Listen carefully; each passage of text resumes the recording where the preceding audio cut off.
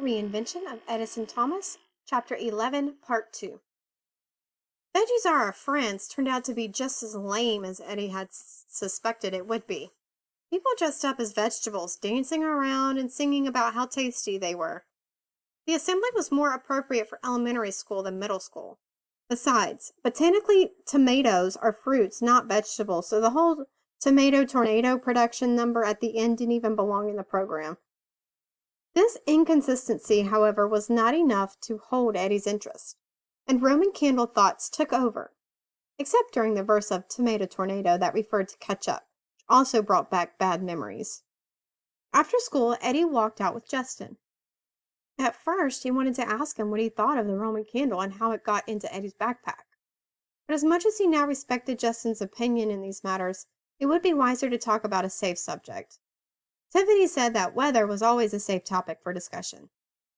A tornado is a vortex of air that forms in a thunderstorm, said Eddie. There are other kinds of weather vortexes, said Justin. Vortices, corrected Eddie.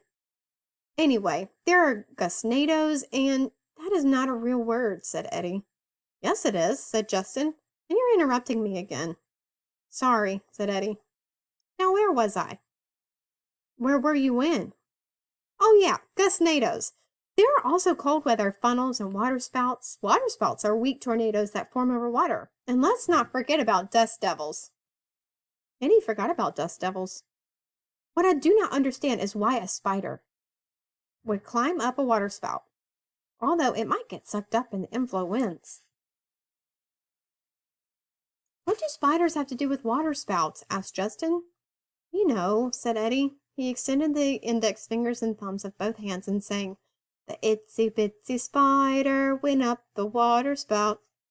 His fingers made the motion of the spider climbing. Stopped when someone bumped into him. Is that what they teach you in your special classes? Nursery rhymes? Sneered Mitch. Seemed to be having another laugh with Will and Mark at Eddie's expense. Don't pay any attention to him, said Justin. He's not worth it. Eddie turned away and tried very hard to disregard Mitch's taunts.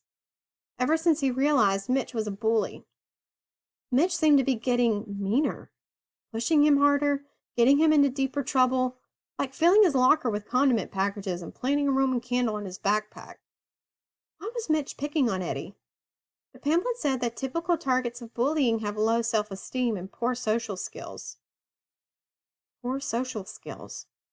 That was Eddie. Why else would he need to have his sessions with Tiffany?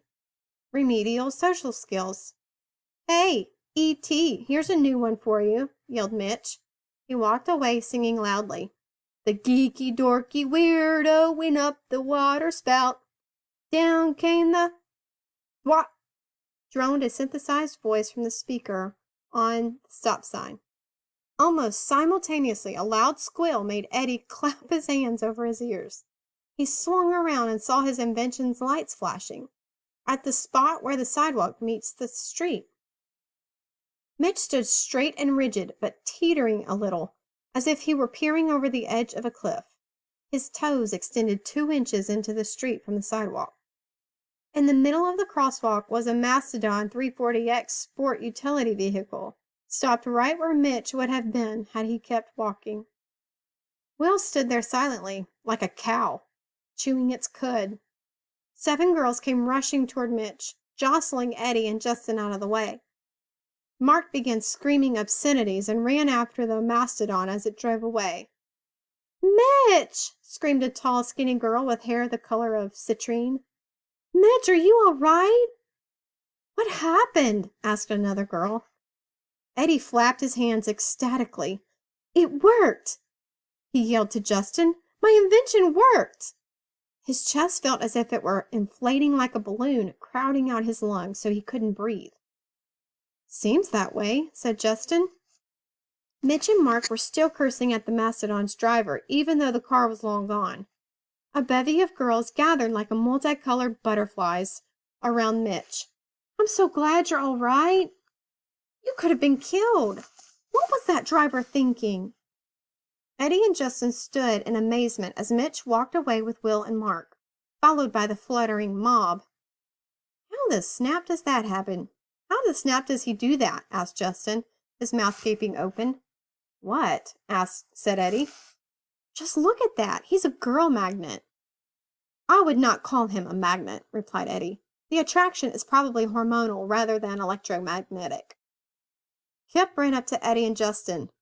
What's going on? He asked. Eddie's invention works, said Justin. Mitch Cooper was almost flattened by a car, but Eddie's contraption saved his life. Excellent, said Kip, holding his hand up in the air. He seemed to be waiting for something until Justin slapped his hand. I'm not sure Eddie's into high fives, said Justin. I like high fives, said Eddie. I just did not understand what you were doing. Let's try that again, said Kip. Give me a high five, Eddie. Eddie slapped Kip's newly upraised hand. Stop, lisped the stop sign. You've got a problem, said Kip. What? Asked Justin. He's going to become as popular as Mitch. He should be so lucky. Stop, repeated the stop sign. No, said Kip. Your invention is still working. That is good, said Eddie, until he looked at it. Not a car in sight. Stop! Still no cars. Oh no, wailed Eddie, slapping his head. Stop! Something was definitely wrong. There must be some kind of short circuit. He ran to the corner, dropped his backpack, and rummaged around for his nut driver. He heard Kip and Justin panting as they ran to catch up. Having a problem? Asked a deep voice. Stop, said the sign. Eddie looked down at a pair of shiny black shoes. Then he looked up at a Drayton City police officer. According to his badge, his name was Officer Rodriguez. No, sir, said Eddie, fumbling with the lid to the access panel. I just need to make a few adjustments to my... Stop! What is this thing? Asked Officer Rodriguez. Stop! Eddie disconnected a couple of wires and stood up, brushing the dirt off his knees. He was happy to explain. Maybe he'd get some kind of commendation or award for service to the city or a hometown hero story in the Drayton Times. It is a device that detects cars going too fast to stop at the stop sign. It works, too. In fact, just now it has to come down. What? Asked Eddie, incredulously. His chest didn't feel so full anymore. Your device. It has to come down, son. I am not your son, said Eddie. Are you kidding? Interjected Kip. This contraption just saved somebody's life. I saw it, officer, added Justin. Officer Rodriguez insisted. Nevertheless, it needs to come down. You've defaced public property by drilling a hole through the sign. I had to, said Eddie. I needed to mount the light-emitting diodes and speaker. In that case, you'll also be receiving a bill for the cost of replacing the sign. Give him a break, said Justin. Yeah, you tricked him into telling you about the hole in the sign, said Kip. I did nothing of the sort. Now you boys get this cleaned up. Officer Rodriguez got out his notepad and a pen. What's your name, then? Eddie Thomas. Is that short for Edward? Edison, replied Eddie quietly, his good mood now completely deflated. Justin snorted. Edison Thomas? You want to make something of it? Asked Kip. No, said Justin. Actually, I like the name Edison. Sounds like somebody that lives in a mansion and rides around in a limo.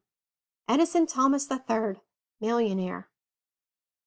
I like the sound of that, said Kip, especially the millionaire part. So did Eddie. In fact, being named for someone like Thomas Edison might be a good thing after all, although he would never admit it to Dad. Officer Rodriguez prompted Eddie to give his address and left. Eddie began removing his invention from the stop sign. Tension was bad enough, he whined, but now the police. Look on the bright side, said Kip. A run-in with the law is considered a rite of passage in some circles. Not any circles I would want to be a part of, said Justin, picking up a wrench. Let's just help him get this thing home. Home, groaned Eddie. My dad is going to ground me for the rest of my life. For what? Asked Kip. Defacing public property? All you have to do is pay the fine. Eddie explained. When he finds out I drilled through the sign, he will know I borrowed his good cobalt-treated drill bit without his permission. He is always telling me not to use his tools for my inventions. That's a problem, said Justin. Kip rolled up the garden hoses and stacked them on the ground next to Eddie's backpack. Do you want us to help you carry the stuff home? No, thank you. Kip and Justin helped Eddie pack up the rest of his things, and he trudged home, a coil of hose over each shoulder. The invention seemed a lot heavier now than it did before he installed it. When he got home, Eddie dumped the hoses on the living room floor. Get those dirty things out of here, said Mom. I just shampooed the rug. Eddie picked up the hoses and threw them down the basement stairs. They clunked noisily on the wooden steps as they hit the concrete floor with a thud. What's the matter? Didn't your invention work? Oh, the invention worked fine. I am the failure. I'm sure it's not that bad. Here, have a cookie. Mom seemed to think every problem could be solved with a cookie. It wouldn't work this time. This was bigger than a dozen cookies. He needed to do something to improve his mood. But his usual solution of working on an invention was the last thing he wanted to do right now. No, thank you, said Eddie. I am just going to feed O.C. O.C.? That is what I call my rabbit now. It's an improvement. Is there any lettuce in the fridge? I bought some today. It's on the bottom shelf. Eddie brought a box of rabbit food and a few leaves of lettuce out to the backyard and opened the rabbit cage. He picked up O.C. and sat on the ground with the rabbit on his lap. He stroked the soft fur behind her ears and tried to organize his thoughts. All that work. His invention had worked perfectly, at least until it short-circuited and easily remedied glitch. But what good did it do? What kind of city makes it illegal to protect pedestrians? What a stupid law. Now the cars were going to continue to run the stop sign and endanger innocent lives. Nothing seemed to make any sense. People were even harder to figure out. How was he supposed to know who was being nice to him and who was being mean? They should have signs on their foreheads. I'm being mean now. I'm not telling you the truth. This is sarcasm. You can trust me. As if to comfort Eddie, the rabbit looked up at him, then sniffed at his sleeve. People should be more like rabbits, Eddie said, stroking her back. You are a cinch to figure out. Eddie heard Dad's truck pull into the driveway. It was almost time for dinner. He put O.C. back into the cage and filled the bowl with rabbit food. He put the lettuce into the cage and watched O.C. sniff the leaves and begin to chew on them. Eddie liked to watch her nose wiggle when she was eating. It looked as if she was sucking the lettuce into her mouth. Eddie checked the water bottle and decided it needed a good cleaning. He unhooked it from the side of the cage and emptied it into the grass. He turned to bring it into the house to wash it. Suddenly, he heard a loud splashing sound and even louder swearing. Edison, Aloysius, Thomas! Dad must be pretty mad to use Eddie's middle name. Now Eddie saw why. Dad turned the corner into the backyard, soaking wet. He was holding the severed end of a garden hose in his hand. How many times have I told you not to use my stuff for your inventions? Eddie decided that answering that question, 52, was a bad idea considering the current volume of Dad's voice. Fact number 600 million from the random access memory of Edison Thomas. In 1859, Thomas Austin released a dozen European rabbits in Australia. By 1910, they had spread over nearly the entire Austrian continent. They are responsible for devastating erosion and the extinction of several native plant and animal species. A virus introduced in the 1950s reduced their population, but they remain a serious problem.